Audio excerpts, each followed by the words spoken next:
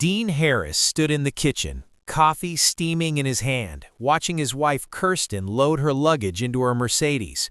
Her girls' trip to Napa had been planned for weeks. She didn't say goodbye when she left, just drove off with cold finality. Inside the house, silence settled. For the first time in years, it was just Dean and his son, Jordan, paralyzed since an accident 6 years ago. Then Dean heard footsteps. Not shuffling, not mechanical, normal footsteps. He turned and dropped his mug.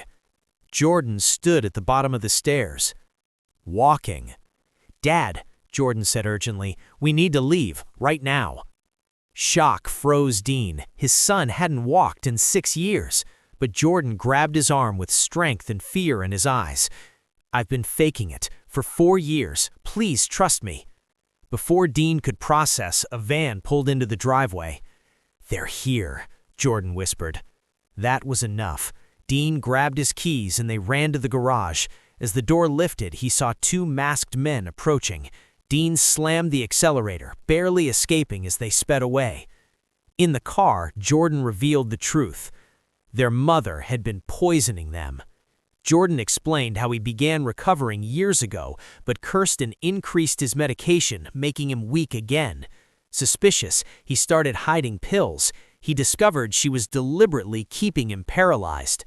Worse, she was poisoning Dean too. The exhaustion, the fog, the confusion, it wasn't stress. It was drugs in his daily coffee. Jordan had spent 4 years pretending to be helpless while secretly gathering evidence. He uncovered something even darker, a family pattern. The Cunningham women, his mother's family, married men with money, slowly poisoned them and staged accidents for insurance payouts. At a storage unit, Jordan revealed his secret operation: laptops, files, surveillance footage, and evidence connecting over a dozen murders across decades, including Kirsten's first husband, who had died in a house fire. Before they could act, the men tracked them to the unit. They escaped through a hidden vent, fleeing to a motel.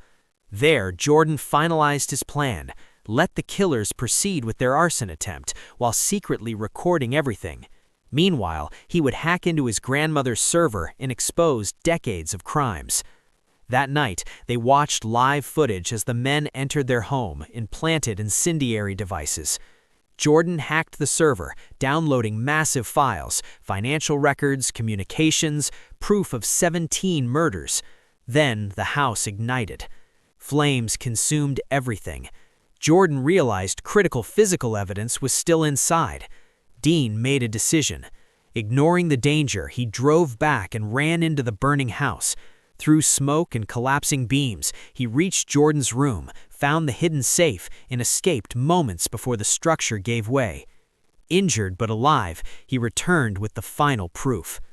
The next morning, they met FBI agent Sam Osborne. Over hours, they handed over everything: videos, documents, financial trails, and recordings. By evening, arrests were made.